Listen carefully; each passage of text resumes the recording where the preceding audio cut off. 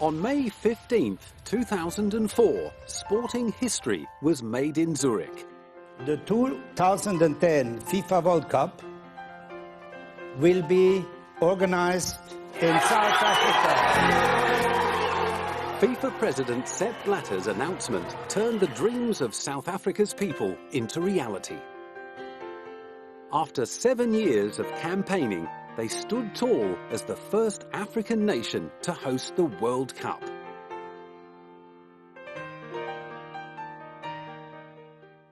Game On leaves no stone unturned on the road to the 2010 World Cup. I think we've proved to the world that we are a country that must be counted on when we talk about countries that can do wonders. Discover how sport can unite a nation. This is the story of South Africa's incredible journey to host the World Cup. FIFA made a landmark decision that the 2010 World Cup would be hosted on the African continent. This is the will of the executive committee, or let's say by the president, to say we have to go to Africa. And why to Africa? To give back something to Africa. And now we are here, and we trust Africa. You trust Africa. Soccerex trust Africa. International audience here, you trust Africa. And we will have a wonderful World Cup. This is the story of my love to Africa, and that's why I'm so happy to be here today. The Rainbow Nation suffered an agonizing one-vote defeat to Germany in their 2006 World Cup bid. Then South Africa's bid committee, led by Danny Jordan, mounted another campaign for the 2010 FIFA World Cup. It was Danny's mission to convince FIFA that his nation had no peer in Africa and once again showcase their ability to host the Cup.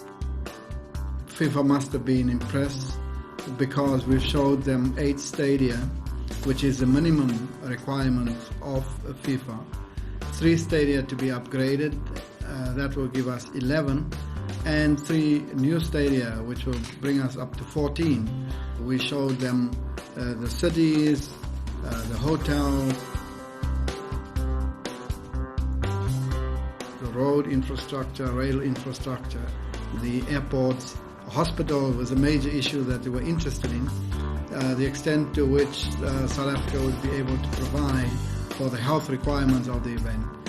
During the bidding process, there was overwhelming optimism amongst the South African public. I think our chances are very good, and in fact, to say even more, I think that they're excellent. There's no reason why we shouldn't get the bid. We were almost cheated out of the World Cup bid for the current one, I believe. And by that one vote of that one New Zealander. So I believe that really needs to come to Africa, and South Africa is the country. Now it's democracy. It must be shown. We must win the World Cup. Now we're going to make it. Our country is so good. It's so good. We're going to host this World Cup, and it's going to be successful. South Africa started the bidding process as one of 5 African nations. But their chances improved when Nigeria dropped out early in the campaign. Then in Zurich, just prior to the announcement of the winning bid, Tunisia withdrew from the race and Libya was disqualified, leaving South Africa with just 2 rival bidding countries, Morocco and Egypt. The 2010 FIFA World Cup will be organized in South Africa. After the heartbreaking loss in 2002, this time South Africa received 14 votes to Morocco's 10, with Egypt not receiving any votes. We have done everything that was asked and more.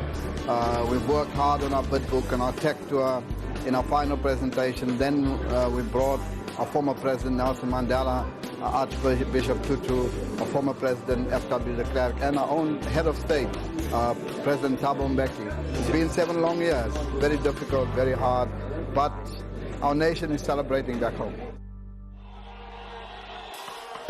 Spontaneous celebrations erupted in the streets of Pretoria.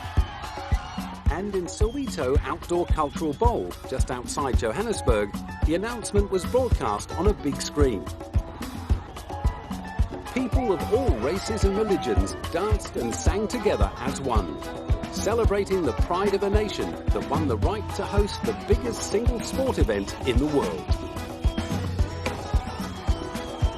I think I can fly! I feel like flying! In Cape Town, people took to the streets marching and waving signs, not in protest, but a march of jubilation. South Africa! We're gonna win the World Cup! Thank you, Madiba! Thank you, Madiba! Viva South Africa, viva!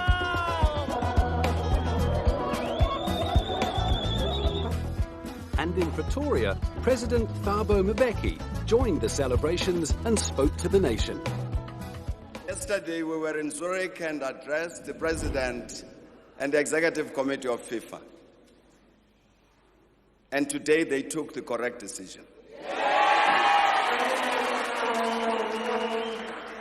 So for all of us, all our people right through the country and all Africans throughout the continent, I think it's time now that we go out and celebrate.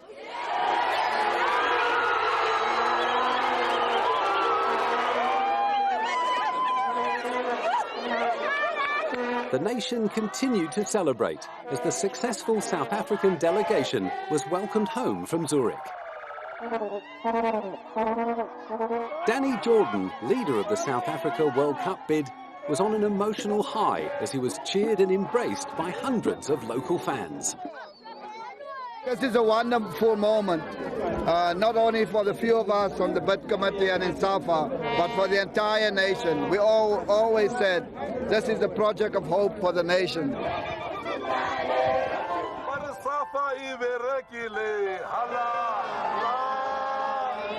These scenes of euphoria are inspiring, but to truly appreciate South Africa's journey to this moment in time, one must remember where they came from and the incredible man that led them here.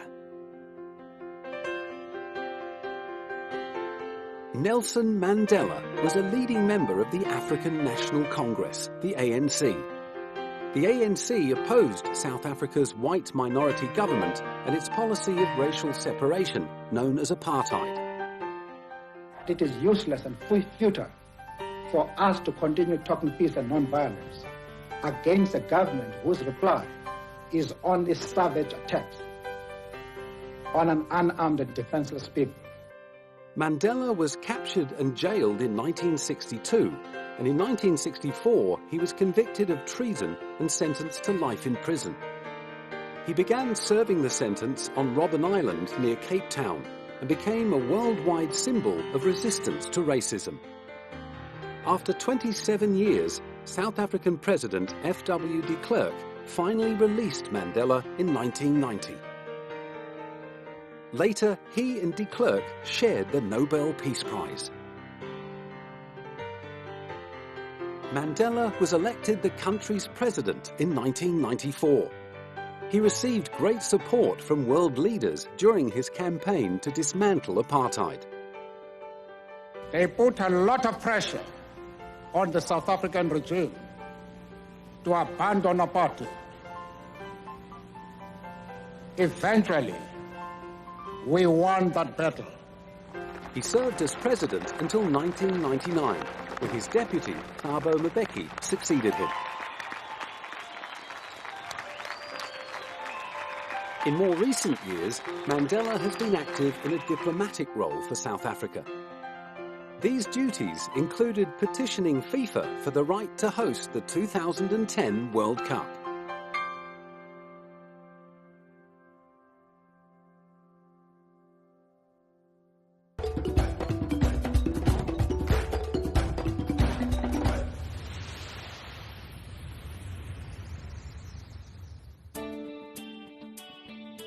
FIFA President Sepp Blatter joined President Thabo Mbeki at the official ceremony celebrating the start of construction of the South African Football Association headquarters for the 2010 World Cup. You are going to build a house on African soil on South African soil, and at the foundation there will be trust and confidence and solid faith into your own country.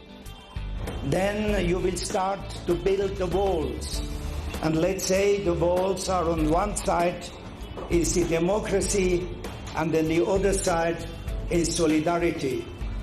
And then you put a ceiling, and the ceiling is the unity. And this is wonderful to see here in this country how football can unite a people. But let me say on behalf of the government, we are indeed very, very pleased that we are moving on this matter, because soccer is very central to the life and the future of this country. It's a sport of the people. South Africa is going through a construction boom in road, rail and stadium work, producing a bright spot in an economy entering its first recession for 17 years. But the budget is blowing out. There has been widespread criticism at escalating costs and concerns over what will happen to the new stadiums when the event is over. But amidst all this, FIFA believes that the 2010 World Cup will have a positive legacy. This is also an investment into African football. And if I think of all the transportation systems, roads, rail, planes, you have telecommunication systems, we have security. So there's so many aspects which of course cost. But again, the major part of these costs are investment in the future. And I think this is, for me, I think very, very important that the 2010 FIFA World Cup is an investment into the future. And there is a legacy. And there will be a wonderful legacy for this country. Despite infrastructure improvements, there was widespread pessimism that South Africa would struggle to host a major sporting event of this scale. Danny Jordan addressed the media in London to quell these fears. This will be an African World Cup, but this will be a world-class event. And immediately when you say that, it appears that there's a contradiction between it being African and it being world-class.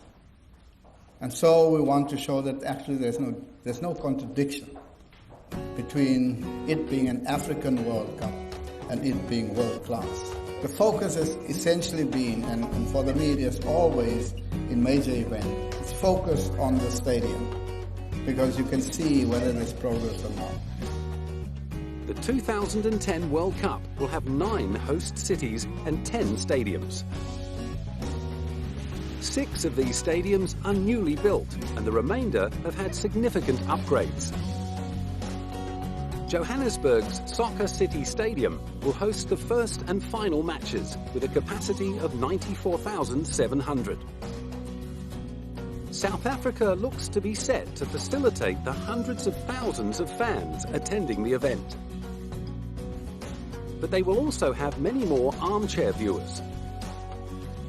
You know, the television figure, the last World Cup was 30 billion, you know, watching the World Cup, watching all the games. So the whole world is focusing South Africa. So that's I think it's a gift from God, you know, to host the World Cup. South Africa is undergoing major upgrades to facilitate the world's media requirements. In terms of capability, of course, we're looking at huge upscale levels of reliability, technologies such as our automatic switch transport network. With hundreds of thousands of tourists and media descending on South Africa in 2010, accommodation and transport hold the keys to a successful event. We will have 450,000 visitors coming next year for the World Cup. As foreign arrivals, we will have over 3 million people participating. We have enough rooms. The challenge that we have is to get people from where those rooms are to the matches on the day that the matches take place. And that is why we must have in place the bus rapid transit system, and also the high-speed railway system, but also flights to and from those areas where the accommodation is.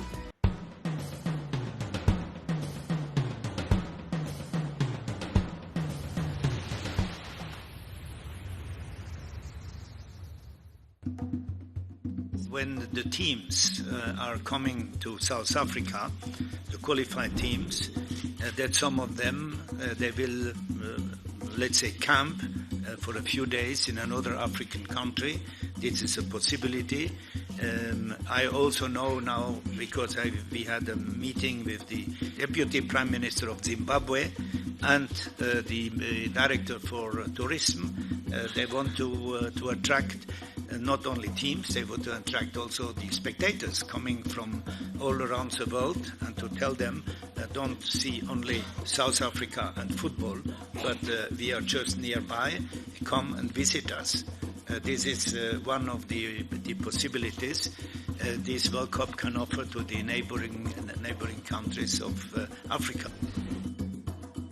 All African countries in Africa will have access to all games of the next FIFA World Cup. There is not a single country in Africa will not have access on free-to-air television to the World Cup games during the World Cup 2010.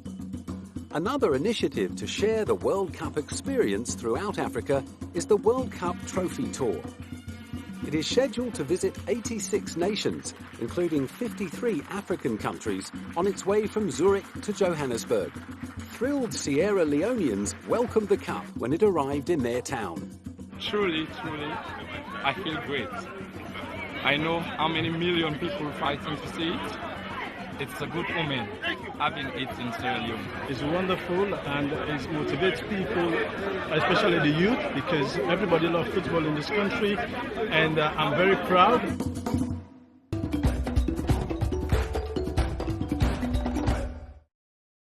A grassroots campaign aimed at bringing understanding to the host nation's World Cup experience is My 2010 School Adventure Programme, an initiative of the South African Department of Education. Schools in 9 provinces are being taught the cultural practices of different nations around the world. We can believe in dreams, dreams that were once dreamt by dreamers. The school's campaign is aimed at enriching the curriculum. So for instance, if children learning about history of the other countries, that's how they would integrate the Adopt a Nation campaign. The programme teaches students stories of inspirational figures that have links to Africa. In Vietnam, and Muhammad Ali was drafted, and he refused to go. Will make it easier for them to appreciate other countries, to appreciate other histories, to learn more than they would ordinarily have learnt in the classroom. The Department of Education is also upgrading sports coaching in schools for the next generation of athletes. I'm excited and want to see the World Cup. I want to play in the next World Cup after 2010. I also want to go to the USA. I wish to be like other football players. You're perceived as somebody special in the community if you're a football player.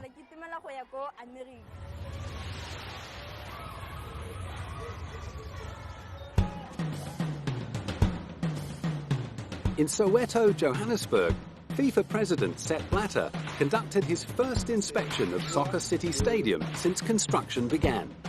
We have had a lot of problems to bring the World Cup once to Africa.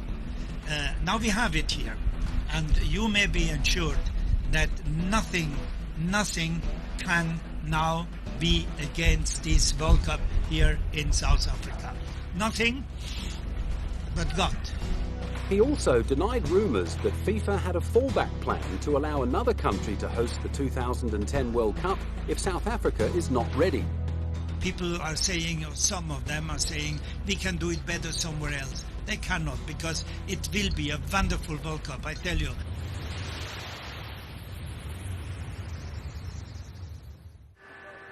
Former German captain and coach, now FIFA executive member Franz Beckenbauer, inspected the Greenpoint Stadium being built in Cape Town.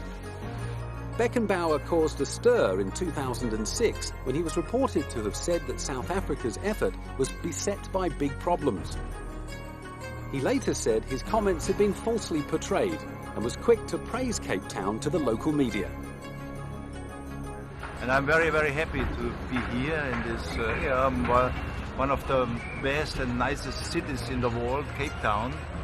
And I feel like home, and to be witness, what's happened behind me, to get a complete new stadium. When quizzed on what country may win the 2010 World Cup, he was optimistic about Africa's chances.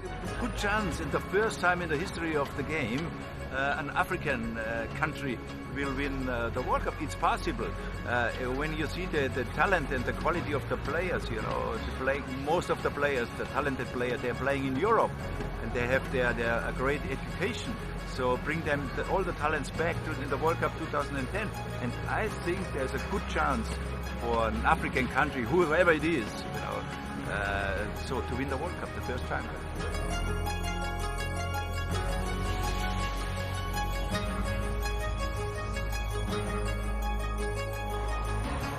Alan Lieblang, head of FIFA's Communications and Public Affairs, was upbeat at his press conference after an inspection tour.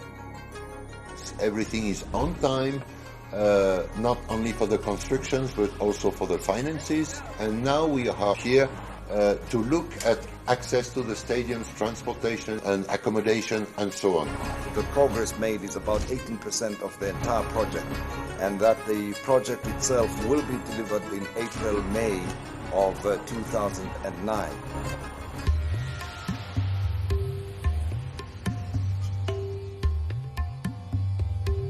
South Africa's preparations to host the 2010 World Cup could cost up to 20% more than budgeted. The spiraling costs in the stadium, of course, this is the unfortunate reality of, on the one hand, the global economic crisis, and then, on the other hand, the increased costs. Construction workers' willingness to flex their industrial muscles has raised fears that the country's powerful trade unions could prevent South Africa from completing the stadiums in time. Deputy Finance Minister Jabu Moleketi made a passionate speech in a bid to unite the nation. I think all South Africans, workers, business, ordinary people are excited about the hosting of 2010. But we know that in life, every occurrence has its own challenges. And I think South Africa is mature enough, and we have a labor relations that is mature, will be able to resolve this dispute if and when they arise. But we must not create an impression that all of a sudden there is a threat to South Africa's ability to host and to deliver on 2010.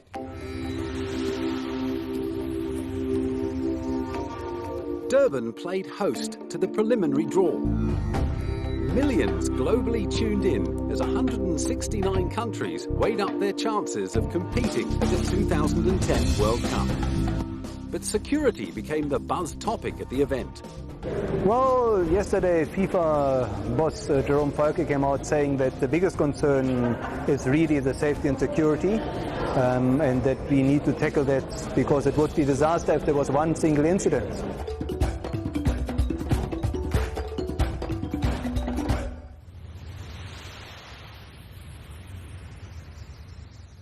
Two assailants opened fire on the bus carrying Togo's national football squad to the African Cup of Nations tournament in Angola. An assistant coach, press officer and driver were killed. Two players were shot and injured. FIFA are, like everybody else, perturbed that it happened in the first place and that such an incident actually happened. As you can imagine, football is the most popular sport in the world, and everybody was on their way just to play football. And an incident like this is a tragic incident. Togo's Prime Minister insisted the team leave the country, sparking concerns over security in South Africa for the 2010 World Cup. The feeling on the streets of Johannesburg was divided. Already people have a perception about Africa that is not safe, you understand? So if a game that is supposed to bring people together is being disrupted by this, then it means people will think again, coming to Africa is not safe. I think we are a bit more organized than most African nations. I mean, we are somewhere between the first and the third world, which shows that we have the potential to actually, impact more. We have the potential to actually do better for the football instead of harming it. I don't think it should affect the World Cup as such because it happened in Angola and it was the Africa Cup of Nations, not the World Cup. So obviously there have been measures put into place to protect people when they come here. So people outside the country should not be freaked out or anything. They should not be scared to come to our country because they'll be safe. South Africa's record of violent crime is one of the worst in the world. Protecting the tourists and athletes attending the 2010 World Cup is of huge importance for the image and economy of the host nation. Our country have 9.5 million tourists a year. And on average in December we have more than 800,000 tourists, and we safeguard those tourists. In any case, we've hosted 147 major events in our country, and we never had a single incident. So we are quite confident. FIFA are not new to dealing with security concerns and know prevention works best. To make sure that they are not entering into the country and they will not disturb the event. But it could happen. But we are very well aware about who they are and how to stop them or block them. The South African police force has also been formulating strategies to deal with any problems that may arise. We're going to approach this in two ways. We're going to approach it a proactive way as well as a reactive way. The proactive measures that we have in place is we're working very closely with Interpol.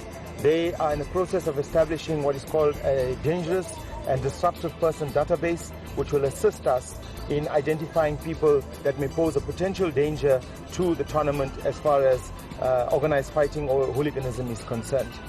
Also, what we're doing is that we're going to ask the countries, the participating countries, who know or have identified people that are related to this type of behavior to assist us in keeping back those potential troublemakers.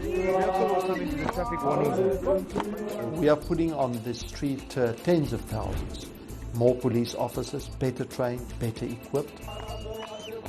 So I think we really need to portray the hospitality of Africa, the hospitality of South Africa and the people as the main trump cards.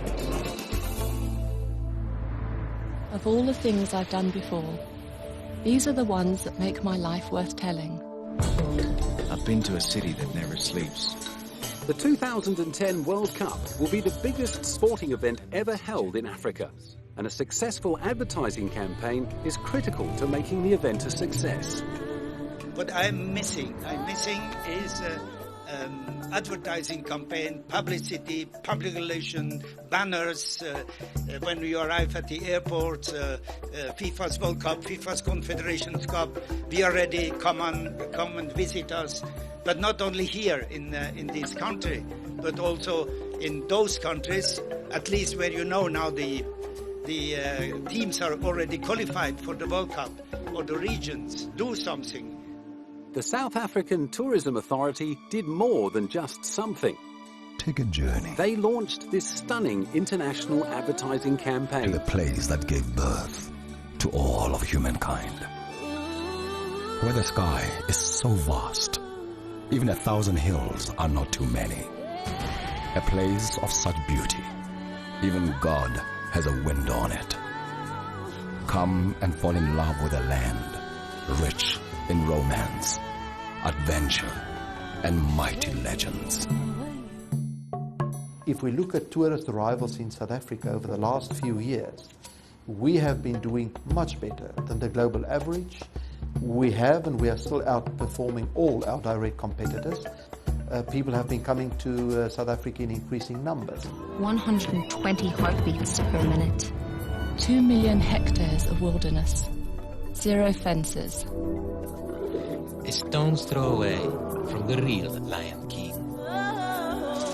So this is your first World Cup, where you can watch the match in the stadium, England versus Argentina, and then 15 minutes later, you can take a walk next to or behind the lions. And depend on your mood on the day, you can engage with the lions.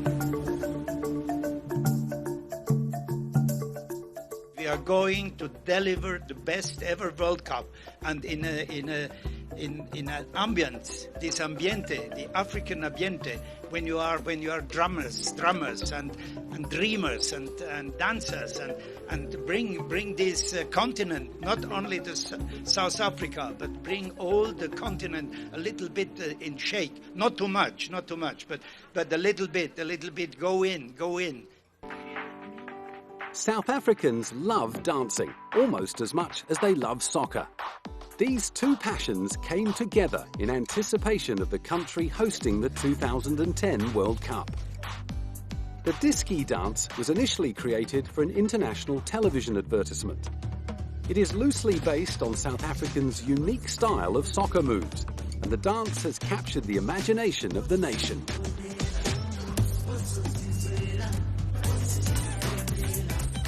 South Africans have been enthusiastically learning the steps, and groups of young dancers have been deployed across the country to teach the public the moves.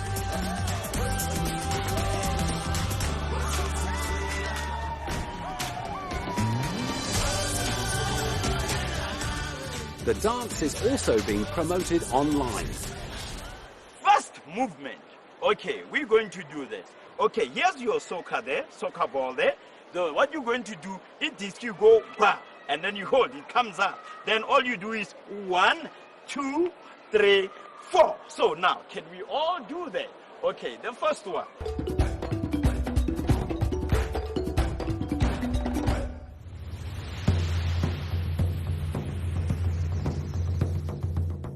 FIFA and the South African Local Organising Committee began a joint inspection tour of 6 of the World Cup 2010 venues after the local media reported that personality differences among officials could affect preparations for the tournament. We must make this World Cup a success. And we are saying to all South Africans, support us.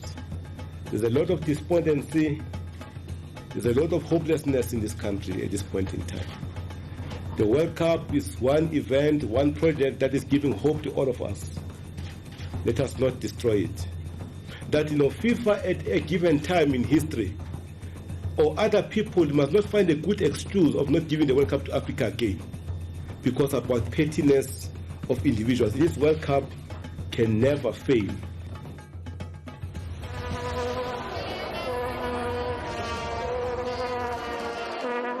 The vuvuzela is a plastic horn that has been a feature of the local South African football scene for years. Vuvuzelas made the headlines around the world when international broadcasters objected to the monotonous sound of the horns. They were concerned that their commentators' voices would be drowned out and appealed to FIFA to ban the instrument from all venues. It is a bit noisy, however it's part of your football culture, so I think to ban it from a stadium is a very harsh decision. It can't be taken away, it's what we want in our stadiums. Later, FIFA President Sepp Blatter simply pointed out that the horns would not be banned.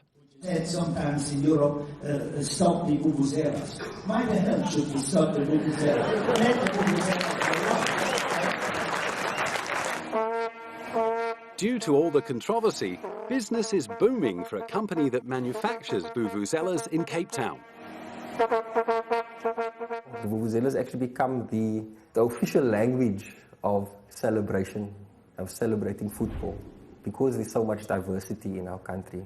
And for the foreigners that do come into the country that could maybe not understand those languages, they can understand the language of the vuvuzela. The vuvuzela may not be everyone's cup of tea, but it's going to have a loud presence at the 2010 World Cup. With only 500 days until tournament kickoff, Sepp Blatter was all smiles. I'm a happy president. So when we look forward to the next 500 days, in this year specifically, we must deliver the Confederations Cup, must deliver the final draw of the World Cup. We must sell the tickets for both the Confederations Cup and the World Cup, sell hospitality packages, fine-tune our security plan, our transport, accommodation, and all of those plans. So it's a lot of work still to be done. But we are happy and inspired to go on and complete the task. So I would say that the infrastructure it's okay, and now we have to work on how to make this World Cup, how to give life to this World Cup. So that's the main task we have, Danny Jordan and myself, with our teams today up to the 14th of June.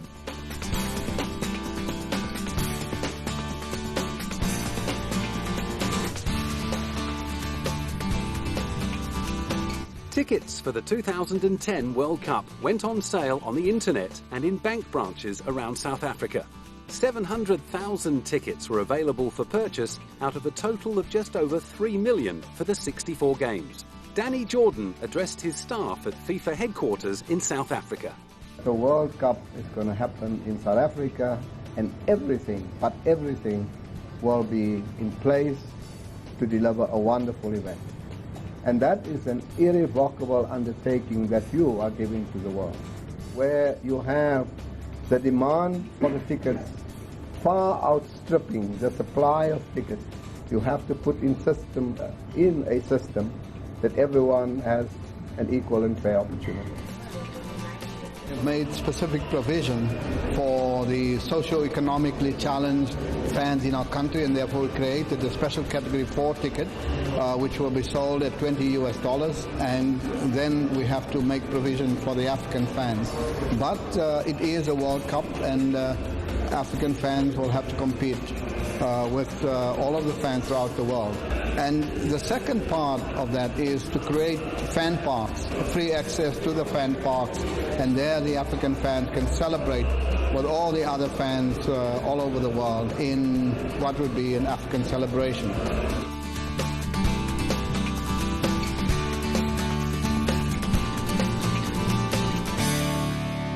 The countdown is on. In exactly 1 year from this day, the eyes of the world will be on the opening game of the 2010 World Cup. 10, 9, South African President Jacob Zuma, who once played soccer as an apartheid prisoner, started the 1 year countdown fittingly with a kick into a crowd of construction workers at Greenpoint Stadium in Cape Town. This sparked spontaneous celebrations.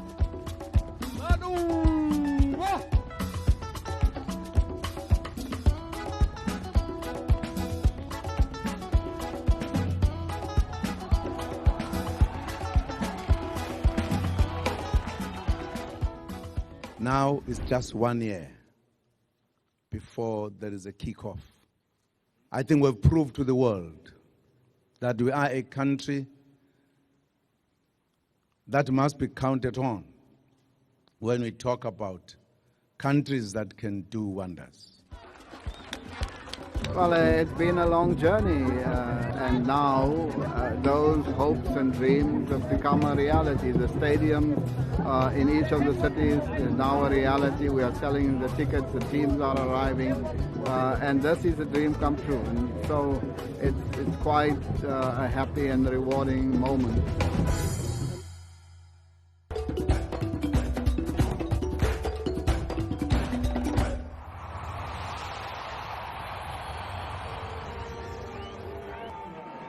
FIFA's Confederation Cup tournament was vital in gauging South Africa's readiness to host the 2010 World Cup.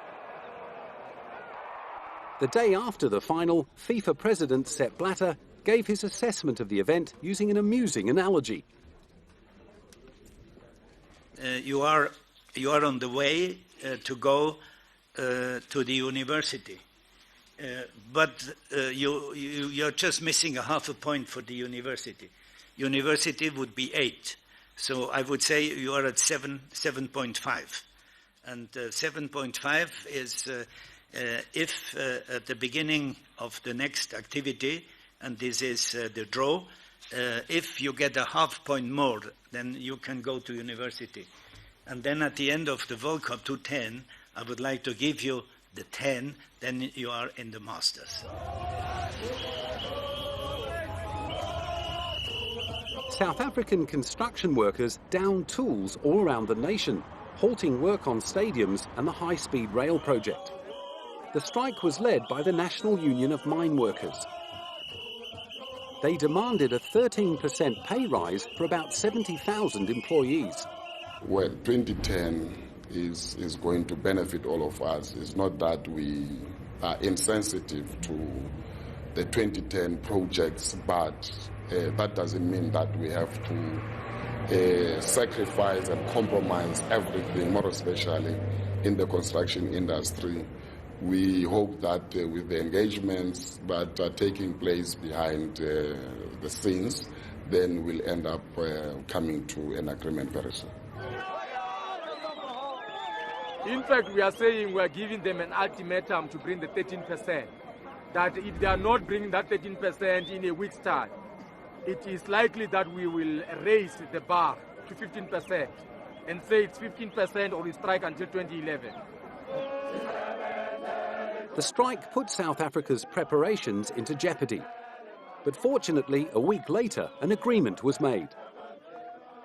After quite tough and interesting negotiations, the parties to this process are ready and will sign before you an agreement which resolves the dispute.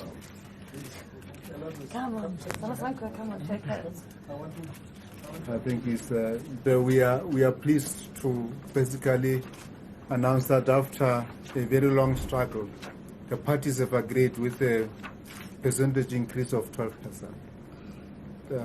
That as from the union, we see that's a big achievement or victory or gain for workers in the construction industry. The workers concluded their industrial action as they started it, in song. But this time, it had a joyful tone.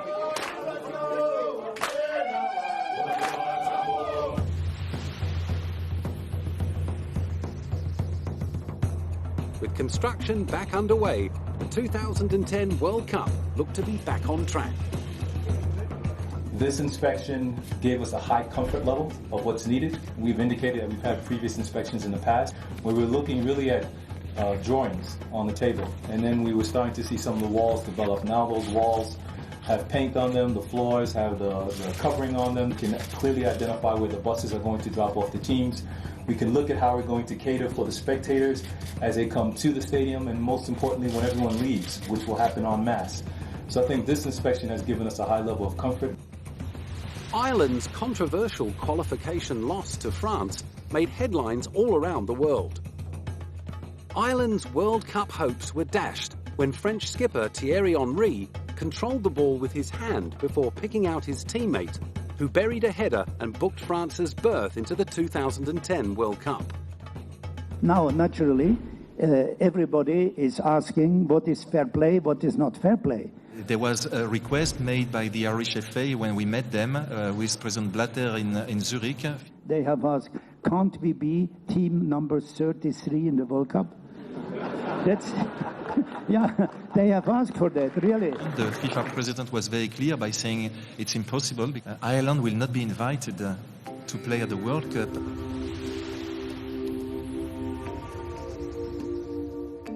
Robben Island was the former prison island where Nelson Mandela was held during the apartheid era. It was here that the FIFA's executive committee chose to announce the prize money for the 2010 World Cup. The champion will receive 30 million, the runner-up 24, the third place 20, the fourth place 18, the 5th to 8th place 14, the 9th to 16th place 9, and the 17th to the 32nd place 8 millions. To all these amounts you have to add 1 million because we will pay immediately, and we have even already transferred the money of $1 million USD, $1 million USD to all 32 teams.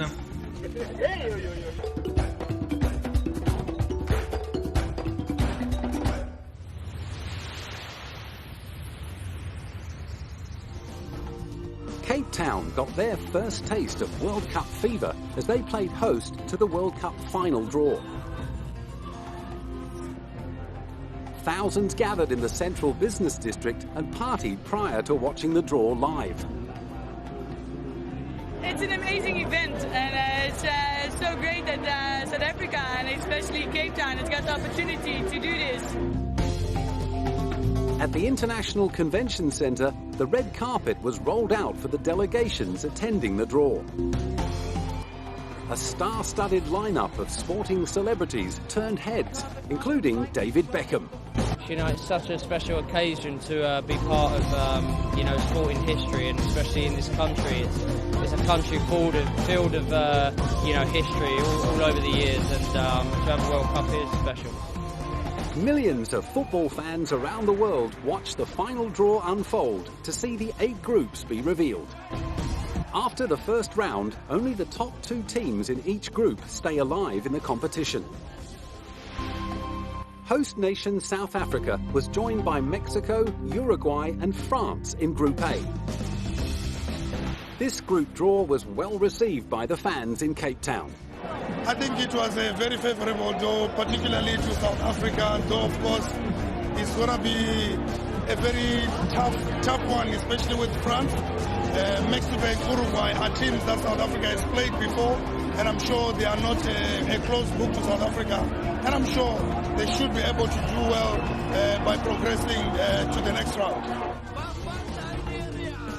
Group favourite France won the World Cup in 1998 and should comfortably progress through to the second round. In Group B, Argentina and Nigeria will shoot it out with Korea Republic and Greece. 2-time winners Argentina look to be the class act of Group B, whilst Nigeria are expected to progress to the last 16. Korea Republic, known as South Korea, could make a serious challenge for a top 2 place. 2004 European champions Greece returned to the World Cup for the first time since 1994. Group C is expected to be the top rating group, featuring England and the United States, along with Algeria and Slovenia. England are overwhelming favourites to finish top of Group C. If they don't make it to the playoff now, they'll never make it. Well, we've been exceptional through this campaign, but you know, the good thing about it is when we've played exceptional, we've worked hard and tried to, you know, correct the mistakes that we've made and also improve on the good parts of the games. Beckham will play against LA Galaxy teammate Landon Donovan. My first thought was David's there. It was probably interesting for him, and it's going to be a great game. Really exciting. The United States have a good chance of advancing from the group stage. Algeria is back on the world stage after a 24-year absence, while Slovenia may struggle to progress. Group D has been tagged as the Group of Death, pitting Germany, Ghana, Serbia and Australia against each other. Germany share the record for the most World Cup finals with Brazil and are clear favourites. Ghana should progress to the second round. We gained the confidence in 2006, and once we have the core of our players representing us in 2010 in South Africa, I have the belief and the faith that, you know, we're going to repeat, you know, similar fate in South Africa. Serbia should not be taken lightly.